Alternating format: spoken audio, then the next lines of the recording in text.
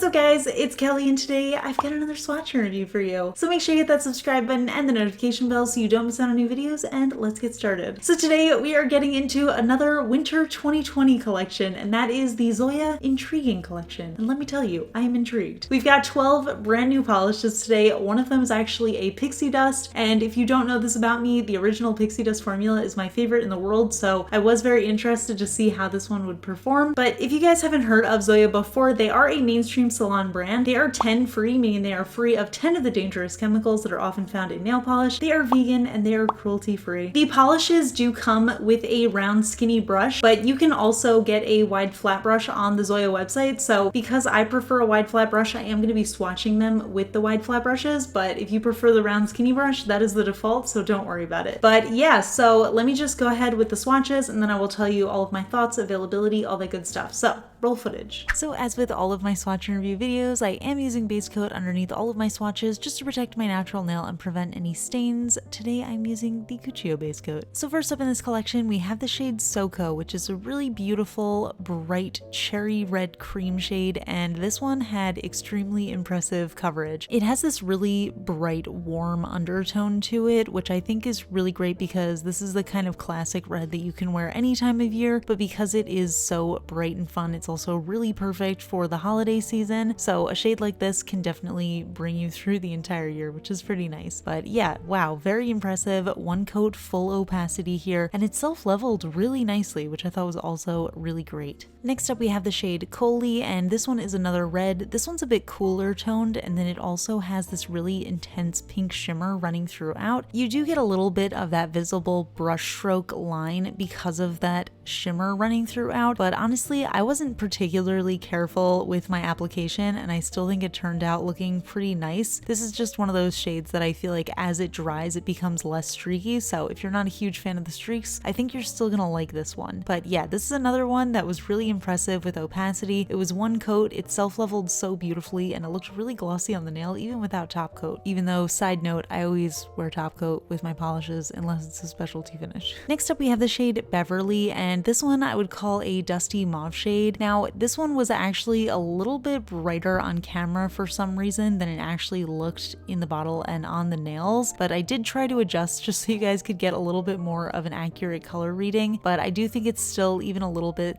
dustier than my camera is showing here. Regardless, it's a really beautiful color, and I was very interested in the idea of having dustier shades. Normally I associate the holiday season with like the really rich jeweled tones, but I love that they included some dusty ones. I think it adds a little bit of uniqueness, and it also kind of has a little wintry vibe to it. Next up we have the shade Avi, which is another dusty cream, and this one is actually like a medium dusty purple shade. I think dusty shades like this are absolutely perfect for the winter, especially after the holidays, because I always struggle with what to wear in like January and February when it's still like wintry and cold, but we're over the holiday season and all of those like rich reds and greens. So really glad to see a few colors like this in the collection, and once again the formula was so easy to work with. It was extremely smooth, very easy and self-leveling, and super opaque, so this is 2 coats for full coverage. Next up we have the shade Nisha, and when I saw this color I just about died. It is a really stunning indigo shade. It has this really deep base, and then it has a very intense blue and purple duochromy sparkly shimmer running throughout, and it really looks like just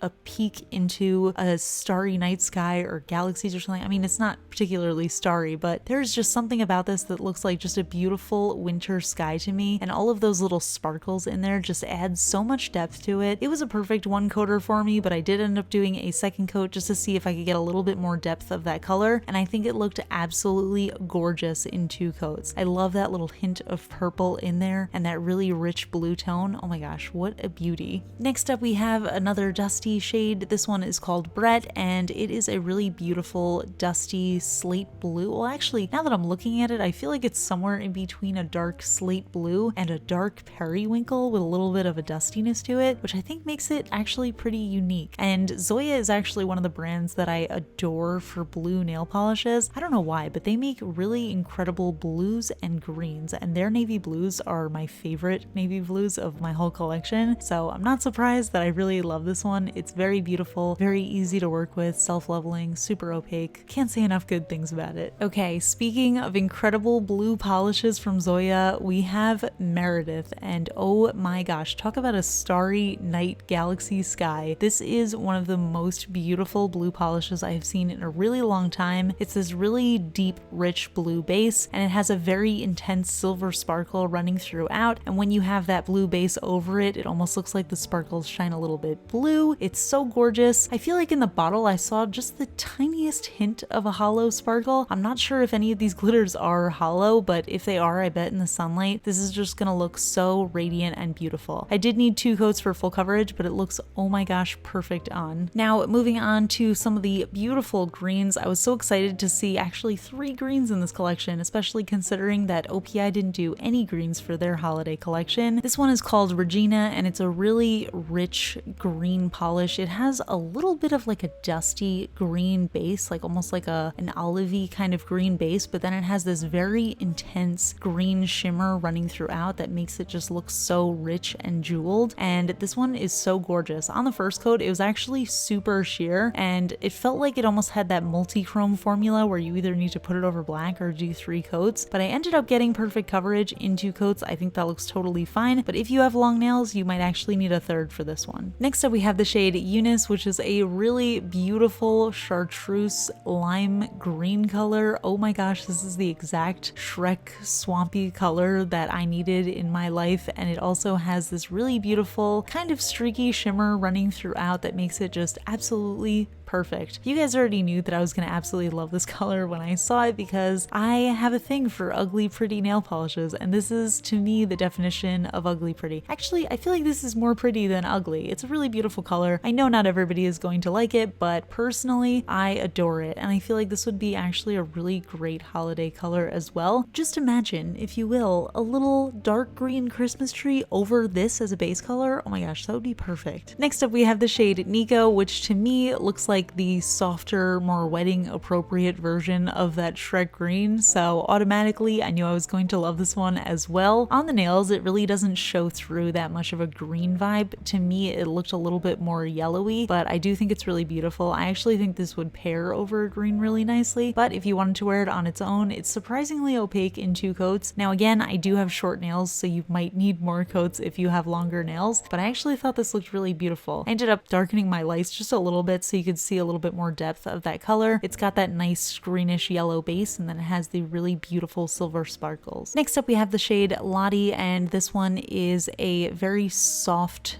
beigey, pinky, almost white shimmery shade, and it's definitely got a little bit of a frosty vibe, but it's not streaky or pearlized at all. On the first coat, it was very sheer, and I love the look of shades like this in just 1 coat, but I ended up doing a 2nd coat just so you could see what it looked like in full coverage. This is like a really cute snowy manicure. Honestly, shades like this I don't totally love just because I feel like I have so many of them already, but if you don't already have a shade like this, I think this is a really great formula, very easy to work with, and it looks so beautiful and smooth on the nail. I think this would also actually be really beautiful as a matte polish. And by the way, there is just a touch of visible nail line in 2 coats, so that's just the way that polishes like this look. I don't think you really can build them up to full coverage. And finally, we have our Pixie Dust shade of the collection, which I both loved and was slightly disappointed by. Now, the Pixie Dust by Zoya is actually supposed to be a textured finish, so it kind of feels a little bit like smooth sandpaper, if that makes any sense. This one in particular is a really beautiful blue and silver glitter that is supposed to dry down to a textured finish. Now, I did do 2 coats. I waited for each coat to completely dry before I applied the next, but I still found that it didn't have that rough texture that I associate with the original Pixie Dust, so I was slightly disappointed in that. However, I do think it looks really beautiful while it's still wet, so the glossy version, I think it would look really great with a nice thick coat of top coat, and I feel like this is actually the perfect Hanukkah color, especially because of all that little blue sparkle coming through and matching with the silver so perfectly. So I don't know, I kind of love it, but I also am a little sad that it's not like the original Pixie Dust. So here's the whole collection together, and yes, this is a winter collection, not specifically a holiday collection, but I feel like we have a little bit of everything in here, which I was so excited to see. So we have some really beautiful Christmassy reds, we have that gorgeous green, we have some beautiful Hanukkah blues, and then we also have these really gorgeous dusty winter shades for like after after the holidays. So I really think they did an incredible job putting this together. They curated some really nice colors, and I think the collection as a whole looks so cohesive, even though all the shades are pretty different. So yeah, those are the polishes, and honestly, I am blown away by these. I thought they were so good. Now, I will say, I do like Zoya in general. I think their polishes are good. I love their opacity, but they don't always have a self-leveling formula. So I was really surprised to see that all of these self-leveled so perfectly. They were extremely easy to use. The opacity, of course, was incredible, as I would expect from Zoya, but just the ease of application really blew me away this time. And of course, the colors are just absolutely stunning. So I was really impressed by this collection. The only one that I didn't totally love was the Pixie Dust, and that was only because it didn't have that Pixie Dust texture that I really love, but as just a regular nail polish, I thought it was gorgeous as well. So yeah, this collection seriously impressed me. I did not think that I would like their winter collection more than their fall collection, especially considering that fall generally has my favorite collections of the year, but this one really blew the fall collection out of the water for me. These polishes are available on the Zoya website for $10 USD each, and you can also purchase the wide flat brush separately, or you can get them on the HB Beauty Bar website, which is a retailer that I use all the time for nail polish, and there they retail for $8.95 USD, and you can also use the code KELLI to get 22% off your order. So I will link both of those down below for you guys, so you can check that out. So yeah, that is all for my thoughts, but I would love to hear from you guys. What do you think of this collection? Which color is your favorite? Are you planning on picking any of these up, or have you already? Let me know in the comments below. You know I love to chat with you guys. If you enjoyed my swatch and review videos, please give this one a thumbs up, and if you're not already subscribed to my channel, please consider subscribing. I put out new videos every Tuesday, Friday, and Sunday. But yeah, that is it for this video, and I'll see you guys in the next one. Bye! So today's fun fact question comes from Patreon supporter Lissa, and Lissa wants to know, what's your guilty pleasure music? And I feel like that's kind of a tough question, because I don't know, I don't think that there's anything that I listen to that I would consider a guilty pleasure. Like, I think everything I listen to is pretty standard. I don't know.